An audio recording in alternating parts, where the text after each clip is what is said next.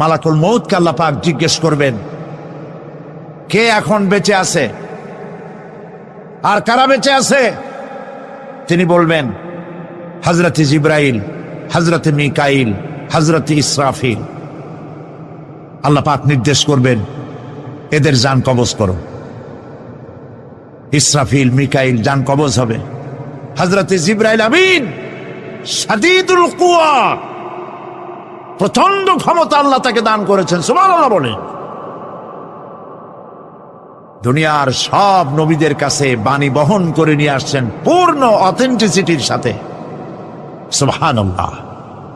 আল্লাহ পাক যাকে বলেছেন রূহুল আমিন।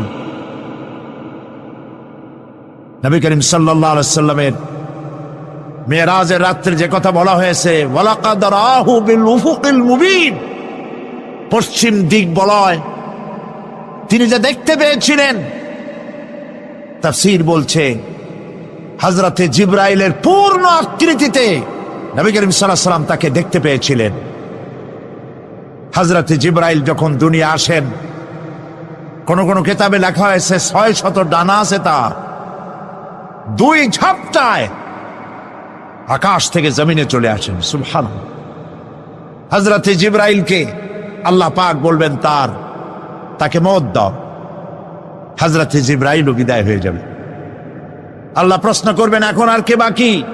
মান বাকিয়া ইয়া মালাকাল মউত। মালাকুল মউত বলবেন, হে আল্লাহ তাআলা, এখন তোমার সামনে আমি দাঁড়িয়ে আছি, আর কেউ নেই। আল্লাহ পাক বলবেন, মুত ইয়া মালাকাল মউত। আল্লাহু আকবার,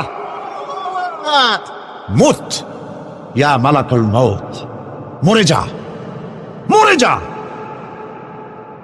মালাকাল মউত মরে চলে যাবে, এরপরে আর কেউ নাই। আল্লাহ রাব্বুল আলামিন এই অবস্থায় কত বছর কত কাল চলে যাবে আল্লাহ পাক ভালো জানেন, কেউ নাই।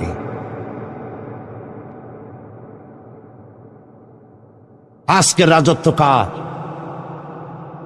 আল্লাহ প্রশ্ন করবেন, আজকের রাজত্ব কার?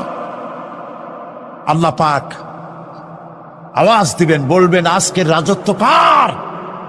কোন জবাব নাই, আকাশের নাই, জমিনের নাই, আকাশও তো নাই, কারো কোনো জবাব নাই। আল্লাহ পাক বলবেন, লিল্লাহি ওয়াহিদুল কাহ্হার। আজ একমাত্র রাজত্ব হচ্ছে পরাক্রমশালী আল্লাহ রাব্বুল আলামিনের।